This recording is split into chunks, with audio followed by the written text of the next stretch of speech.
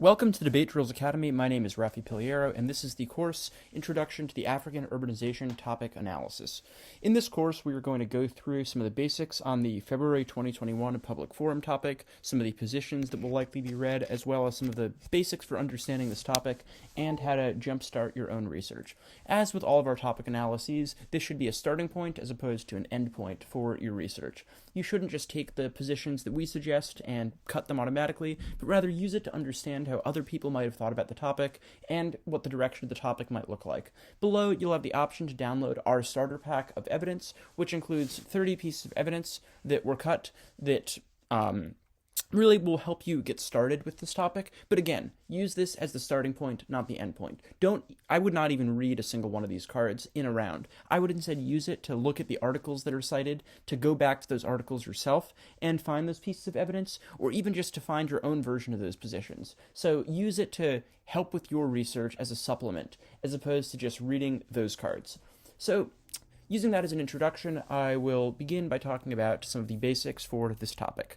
So the wording is resolved on balance the benefits of urbanization in West Africa outweigh the harms. On face, it seems pretty straightforward. Urbanization is good, or is it bad?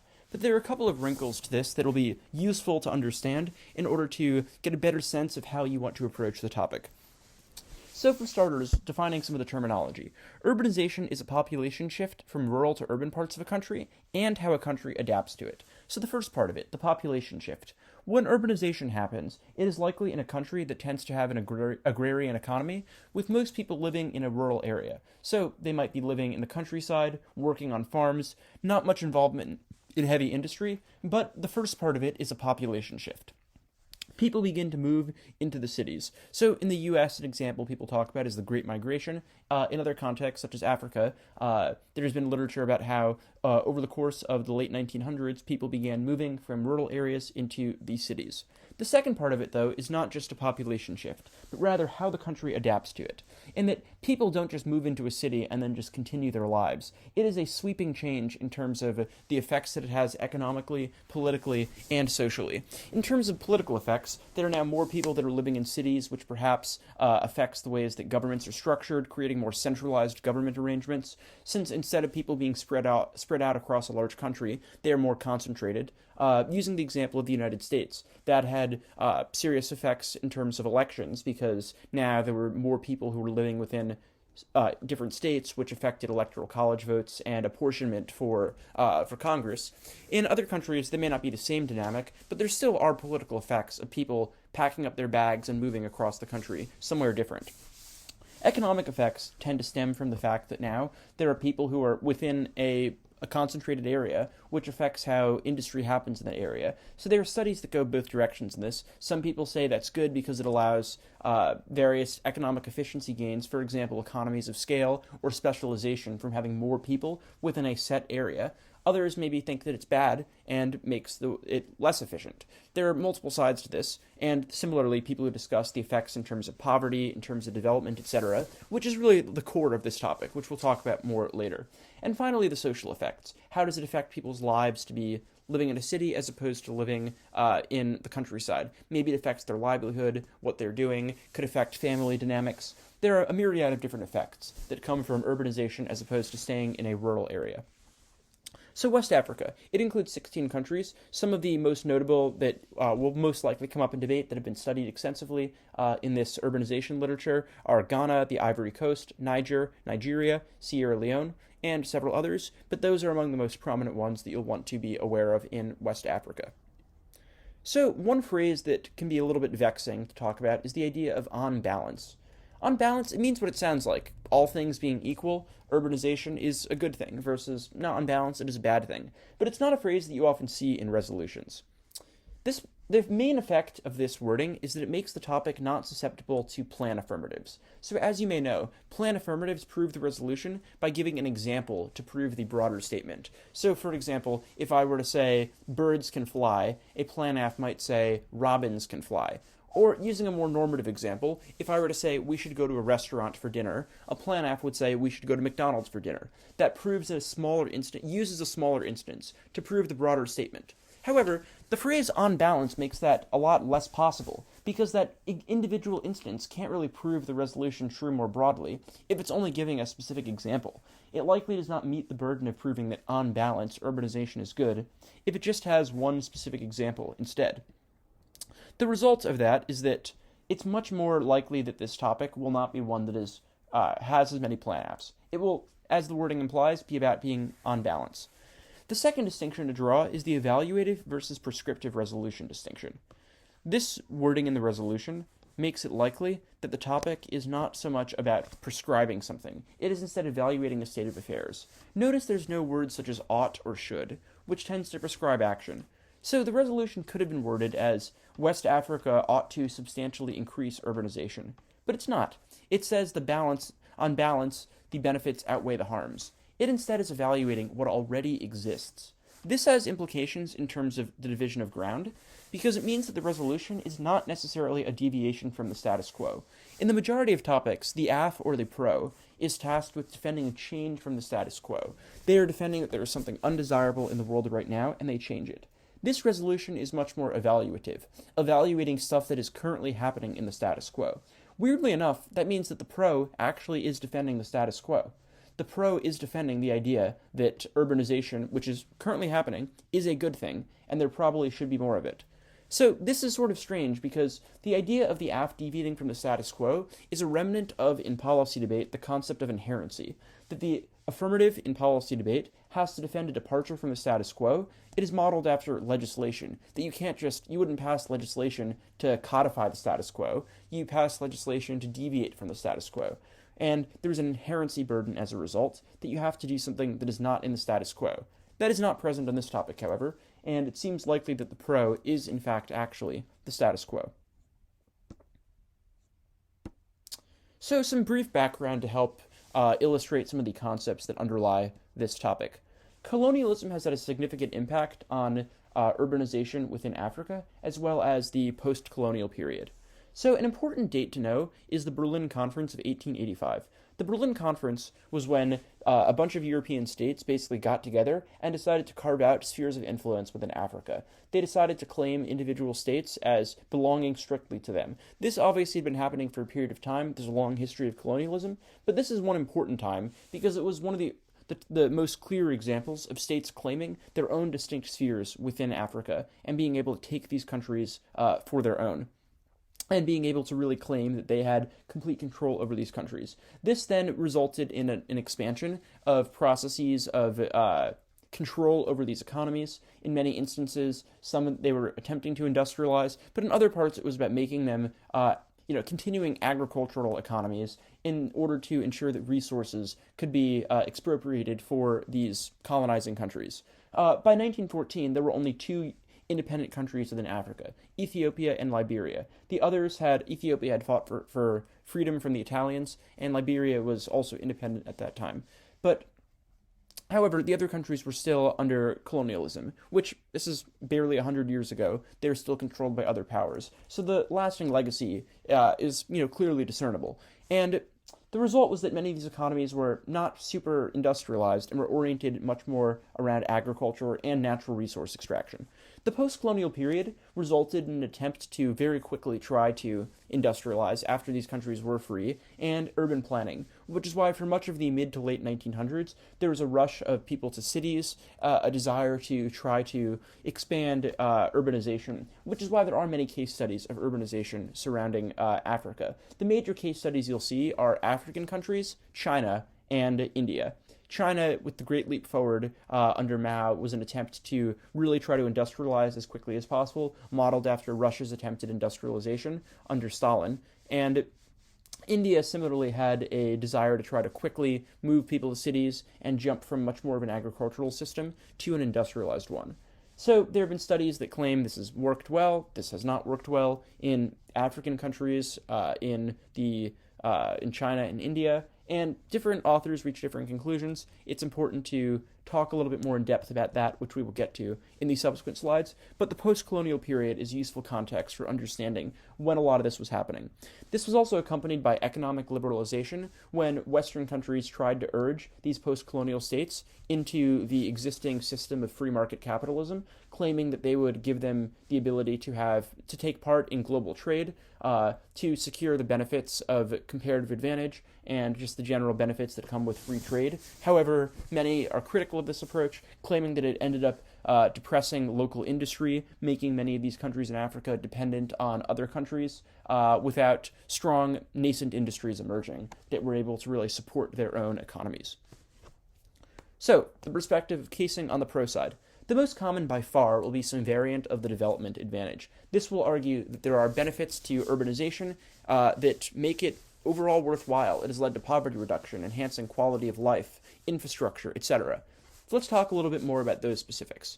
Reductions in poverty. Many studies have claimed that urbanization has resulted in a net increase in GDP per capita, or the amount of money that is, or the amount of economic activity that is owned by each individual person, as well as a net decrease in poverty. As people are able to move to cities, they can partake in greater economic activity, which results in economic gain.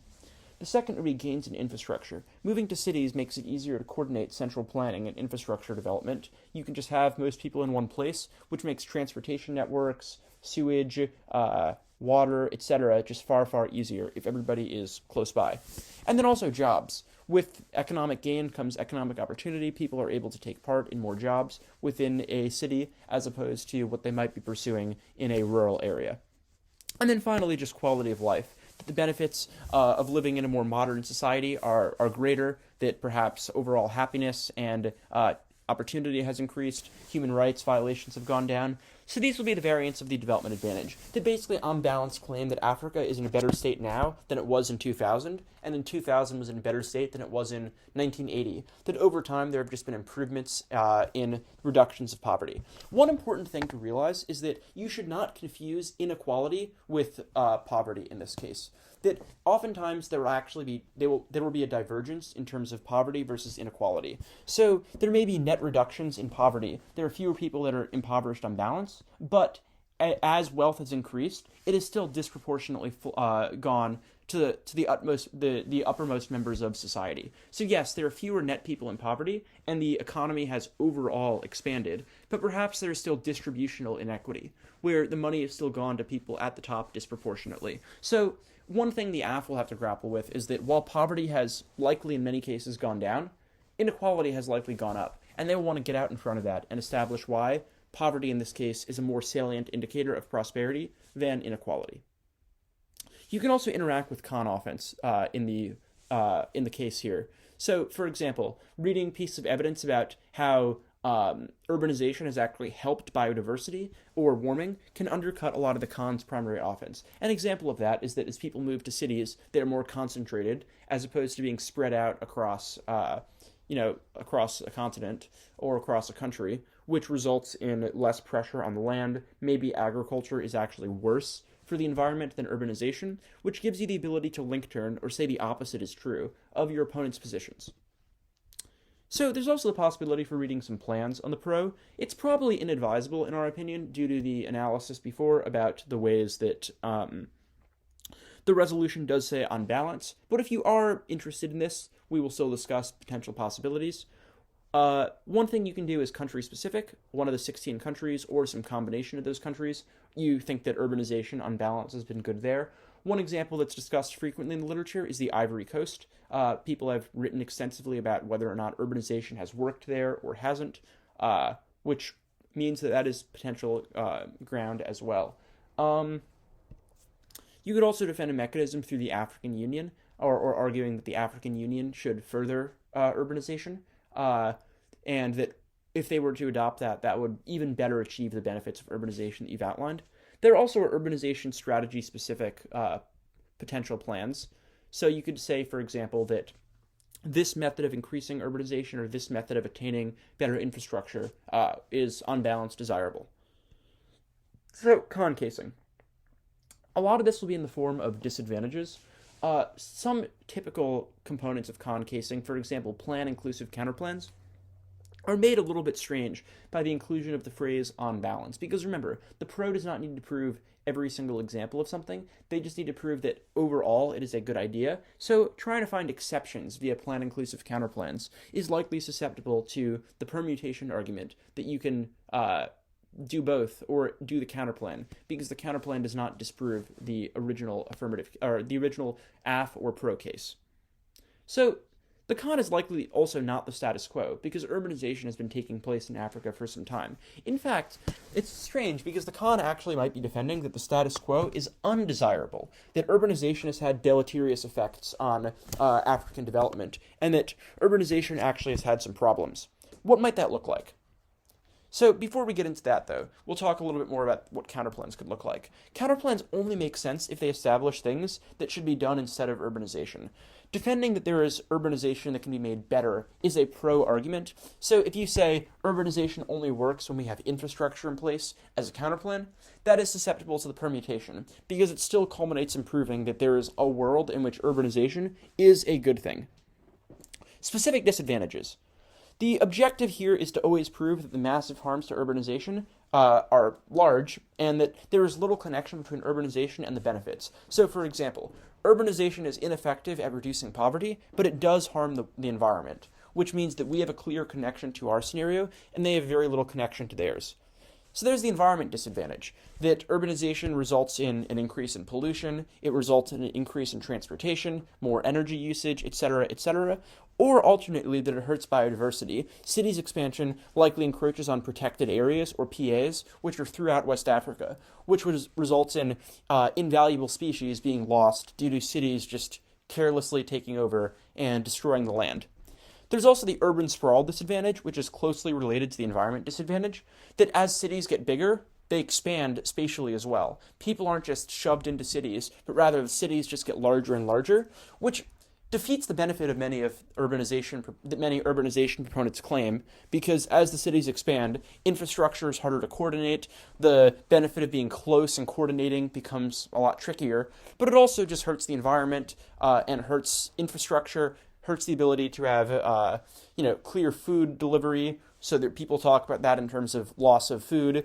There's also the environmental downsides of having to have larger transportation networks to get from one end to the other. So a lot of authors criticize urban sprawl. Some studies have said that in the United States it costs us $1 trillion a year.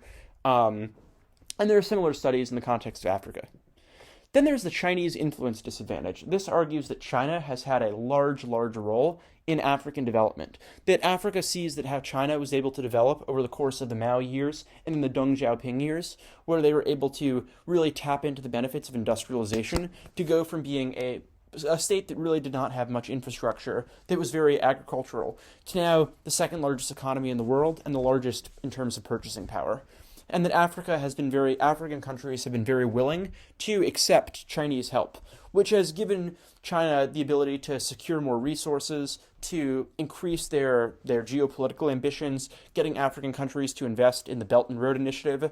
It just overall increased Chinese power. And that it also turns the case because China is creating a debt trap for these countries, where they're forcing these countries into unfair loan agreements that will cripple these economies. And finally, there are arguments about inequality being worsened in the world of the pro. That while they may solve poverty, the benefits of urbanization and benefits of greater economic activity will still disproportionately accrue to the most wealthy in society. The result being that they make inequality worse, even if they can reduce poverty, and that there are plenty of social, political, and economic reasons why inequality is bad.